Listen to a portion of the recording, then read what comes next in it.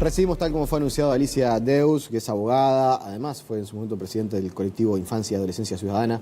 Le agradecemos por venir. Buenos días.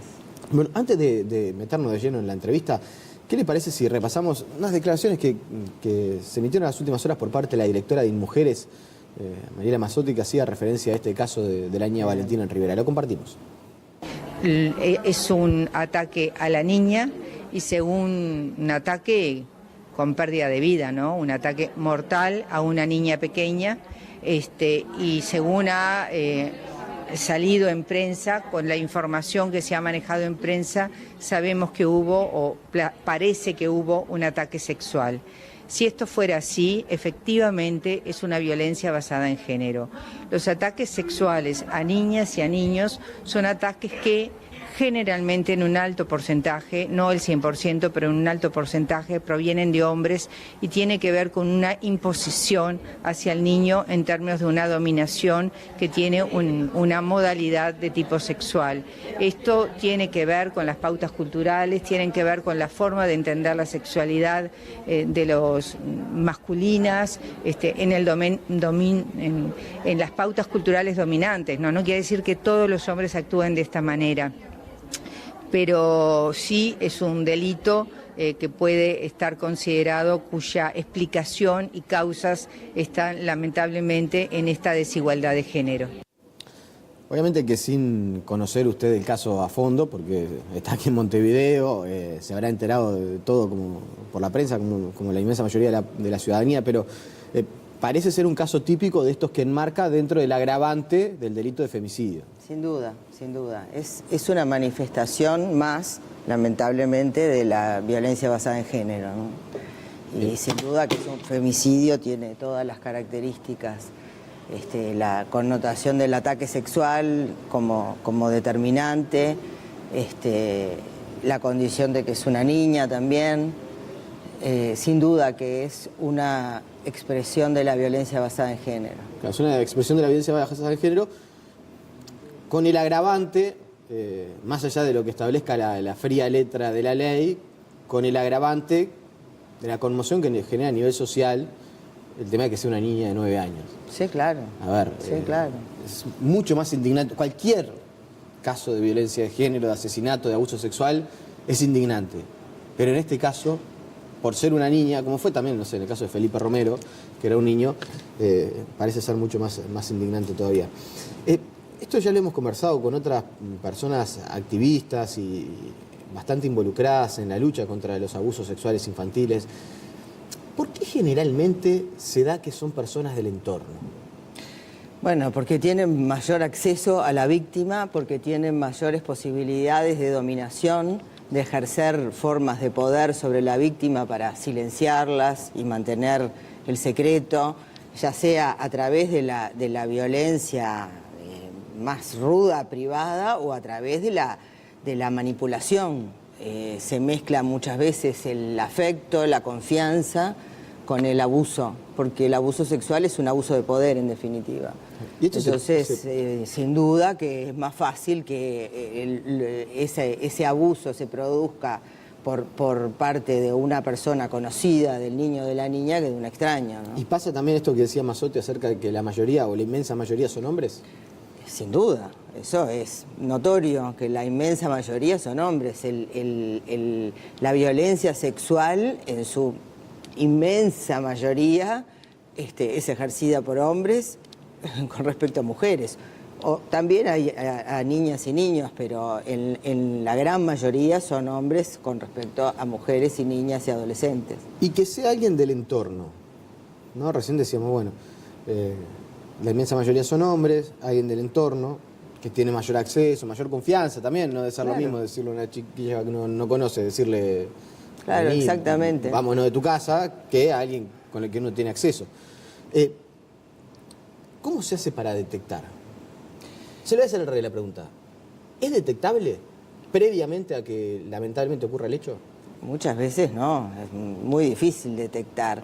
Acá lo que deberían jugar son otras cuestiones y no detectar el hecho, posibilidades de detectar el hecho concreto, que es probable que sea muy difícil, sino otras medidas de prevención más generales, el cambio de pautas culturales en la sociedad, que pasa por la educación, que pasa por los medios de comunicación, que pasa por una serie de cambios en la sociedad para tratar la desigualdad de género, lo que son los roles estereotipados de varones y mujeres, donde el varón supuestamente está ese mito de que tiene impulsos sexuales que no puede dominar, por ejemplo, y que de alguna manera justifican este tipo de ataques que son injustificables desde todo punto de vista. Así. Sí, claro que hay gente que sigue pensando así, sin duda. ¿No? El varón tiene impulsos sexuales que no puede controlar, que no puede dominar. Y eso es una de las causas de supuesta justificación de este tipo de ataques, porque es indudable lo que hablábamos recién. La mayoría de los agresores sexuales son varones.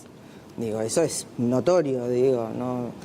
El ministro del Interior, Eduardo Bonomi, hacía referencia que en estos casos, y es verdad, generalmente la policía actúa cuando el hecho lamentablemente está consumado. Está consumado el abuso, está consumado la muerte, y lo máximo que puede hacer es detener al autor del ataque y reparar en lo mínimo que es que haya justicia, ¿no? O sea, nadie le va a devolver la vida de Valentina a su familia, ni a toda la sociedad nos va a sacar la congoja que sentimos cuando sabemos lo que pasó con una niña de 9 años. Pero ciertamente parece ser claro que el rol de la policía en este tipo de situaciones viene después del hecho consumado. E hizo referencia a la importancia de estar atentos como sociedad a prevenir. Yo por eso le preguntaba acerca de si se puede detectar. Ustedes dicen, en muchos casos no. Pero también hablé con mucha gente que me decía, ¿sabes qué? Muchas veces pasa que los niños hablan y no les creemos. Bueno, sin duda, que esa es una de las cuestiones, ¿no? La palabra del niño es desvalorizada siempre y siempre se tiende a no creer en ese tipo de cosas. Cuando el niño habla de que hay un familiar o un vecino o alguien cercano que ejerció algún tipo de abuso sexual, muchas veces no se lo cree. No se lo cree en la familia, pero tampoco cuando esa denuncia o ese develamiento trasciende la familia y llega a la justicia. Es muy difícil probar un abuso sexual porque se parte de la base de que no existió. Es como que hay hay que probarlo, y obviamente sucede en lo privado, sin testigos. Entonces muchas veces es la palabra del niño, y la palabra del niño no es tomada en consideración. Todavía, a pesar de que tenemos la Convención de los Derechos del Niño, que habla de que el niño tiene derecho a ser oído, a que se tenga en cuenta su opinión.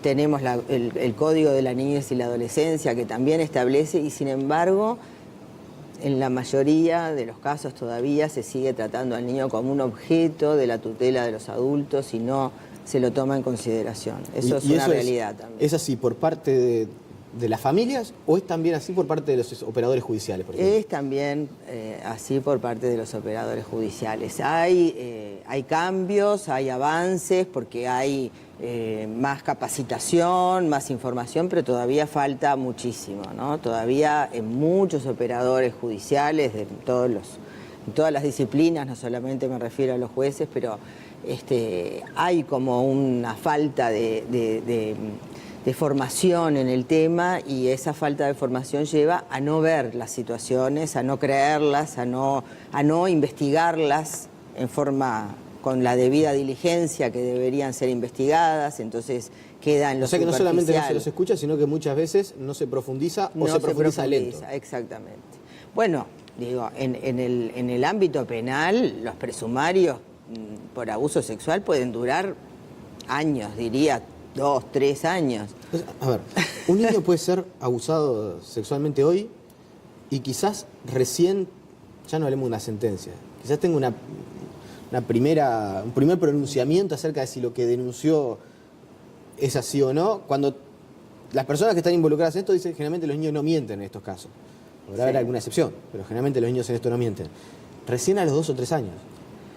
Sí, podrá haber casos que se resuelvan más rápidamente, pero yo personalmente tengo casos que han durado y que duran, que se mantienen 2, 3 años en un presumario, o sea, en una investigación preliminar. Ahora ha cambiado un poco toda la denominación con el Código nuevo del proceso penal, que se mantienen indefinidamente, como que el expediente agoniza, digamos, porque no hay profundización. Eso es lo que tú abogada, decías.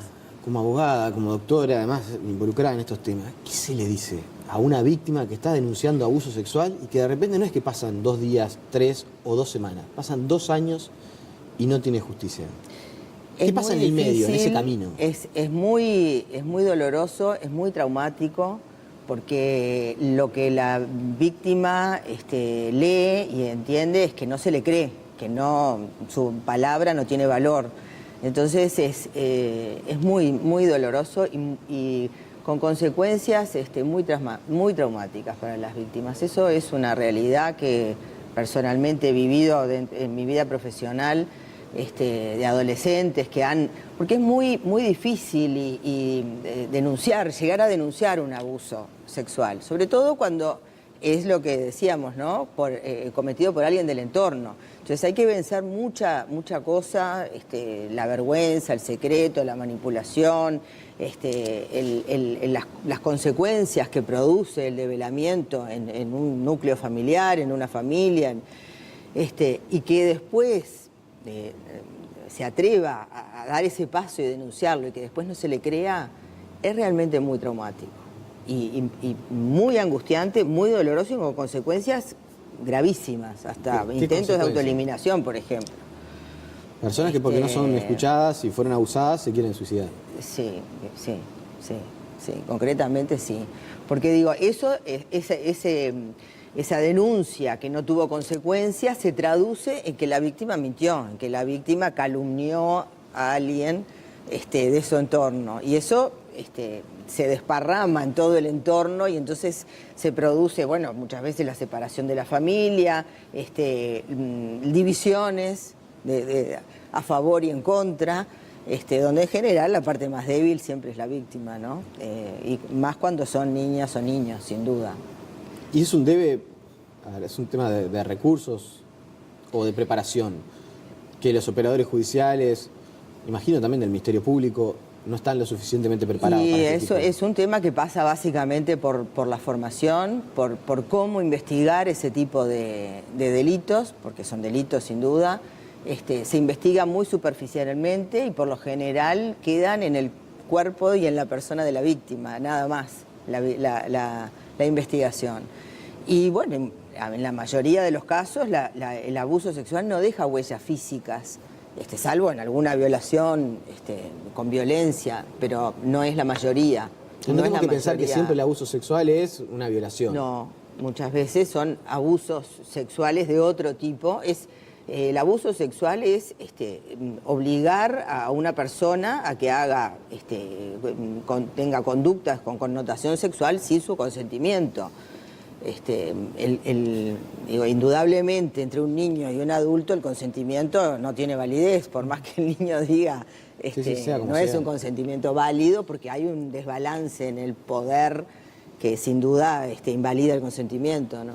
Bien, ya tenemos entonces por lo menos una punta acerca de lo que podemos hacer. Ni que hablar, bueno, a nivel de la justicia, ojalá se pudieran procesar más rápido los cambios, pero sí prestar más atención a este tipo de situaciones para... Sin duda que prestar más atención, tener presente que no son casos absolutamente excepcionales y es aquel psicópata, sino que suceden frecuentemente, lamentablemente. Es muy frecuente, mucho más frecuente de lo que en el imaginario popular se cree. ¿Sí? Sí, sin duda. Sin duda. Pero lo que pasa es que en muchos casos son silenciados y es eso, ¿no? No se cree y se prefiere no hablar.